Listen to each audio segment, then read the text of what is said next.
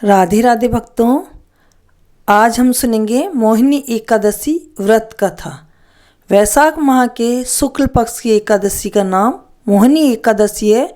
इस एकादशी के दिन व्रत रखने से मनुष्य के सभी पाप तथा क्लेश समाप्त हो जाते हैं।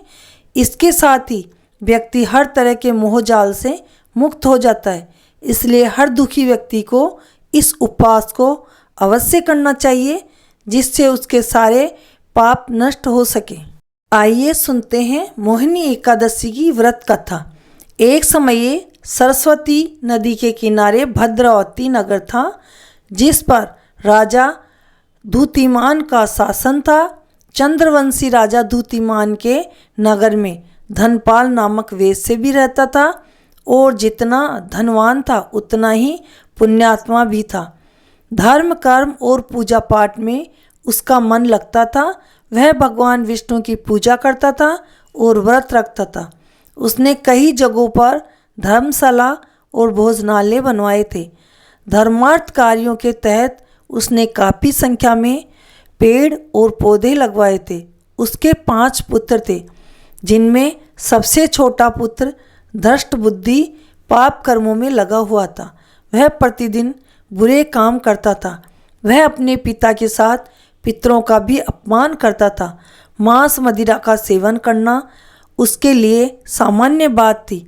गलत कार्यों में पिता का धन बर्बाद करता था।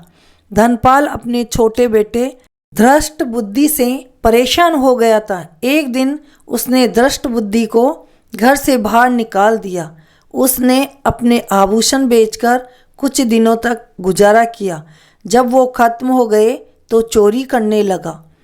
एक दिन वह चोरी करते हुए पकड़ा गया, जिसके परिणाम स्वरूप उसे जेल में डाला गया। सजा के तौर पर उसे कई प्रकार के कष्ट दिए गए। सजा पूरी होने पर राजा ने उसे राज्य से बाहर निकाल दिया।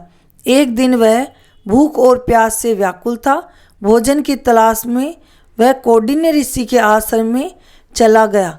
कौंडिन्य ऋषि गंगा स्नान करके आश्रम वापस आ रहे थे। जब वे आश्रम में आए तो धृष्ट बुद्धि के शरीर पर गंगा की कुछ बूंदें पड़ी। गंगा की पावन बूंदों के पड़ने से धृष्ट बुद्धि की मति सही हो गई। उसके कौंडिन्य ऋषि को प्रणाम किया और बताया कि अब तक के जीवन काल में उसने काफ़ी पाप कर्म किए हैं, इससे मुक्ति का मार्ग बताइए। तब कौंडिन्य ऋषि ने कहा कि वैशाख शुक्ल की एकादशी आने वाली है, जो मोहिनी एकादशी के नाम से प्रसिद्ध है। तुम विधि पूर्वक मोहिनी एकादशी का व्रत और भगवान विष्णु का पूजन करो।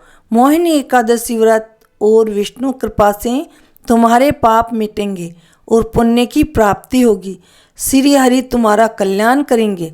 कौंडिन्य ऋषि के सुझाव के अनुसार ही धृष्ट बुद्धि ने मोहिनी एकादशी का व्रत रखा और पूजन किया।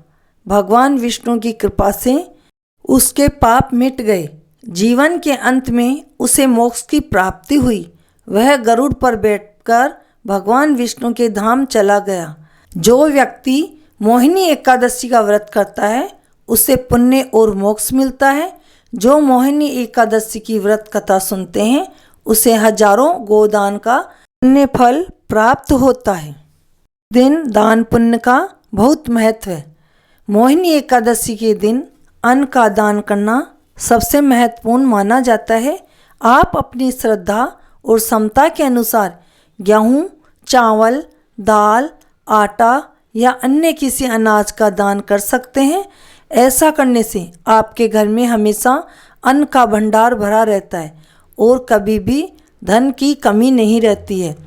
इसके साथ ही आप वस्त्र का दान भी कर सकते हैं। ऐसे में आप इस मौके पर वस्त्रों का दान जरूर करें। कहा जाता है कि इस मौके पर ब्राह्मणों या ज़रूरतमंदों को वस्त्र दान करने से भगवान विष्णु प्रसन्न होते हैं और जीवन में सुख शांति बनाए रखते हैं। धन का दान भी मोहिनी एकादशी पर महत्वपूर्ण माना जाता है। ऐसे में आप किसी गरीब या ज़रूरतमंद व्यक्ति को धन का दान कर सकते हैं। ऐसा करने से आर्थिक संकट दूर होते हैं और धन धान्य में वृद्धि होती है। गुड़ के दान का मोहिनी एकादशी पर विशेष महत्व रखता है। गुड़ भगवान विष्णु को बहुत प्रिय है, इसलिए इस दिन गुड़ का दान करने से उनकी विशेष कृपा मिलती है।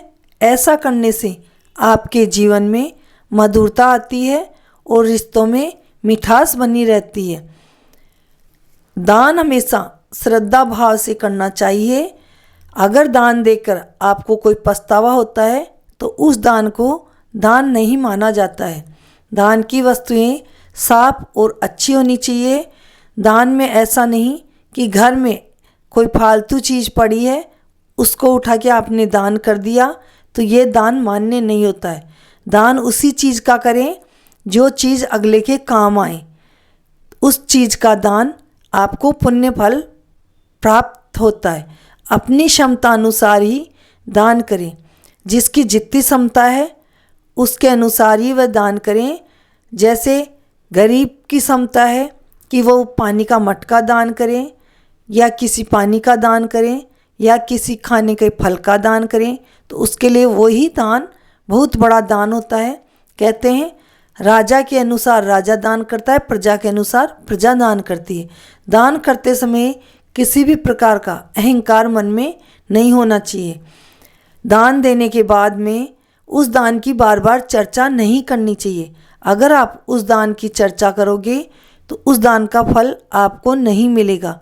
दान जितना गुप्त हो उतना ही उसका फल मिलता है। कहते हैं एक हाथ से दान करें तो दूसरे हाथ को भी दान का पता नहीं चलना चाहिए। यही असली दान होता है। तो इसी के साथ हम ये कथा यहीं समाप्त करते हैं। बोलो विष्णु भगवान की जय। राधे राधे भक्तों।